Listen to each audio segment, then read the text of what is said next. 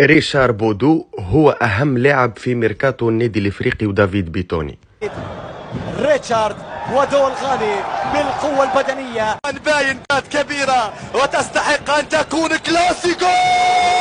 يا ريتشارد يضرب صاروخ. 4-3-3 للفرنسي دافيد بيتوني اللي يتوخاها في النادي الإفريقي وفي البروجي جديد تتطلب يكون موجودا سنتينيل ممتاز بالقوة البدنية ويعرف يلعب تحت الضغط. ريشار بودو ان بيفو سنتينيل مودرن اللي يعطيني سيكوريتي ديفونسيف ويديكلونشي لاتاك بلي باس كلي، يعطيني لابور اوفنسيف بلي باس كلي فير لافون اونتر لي ليني.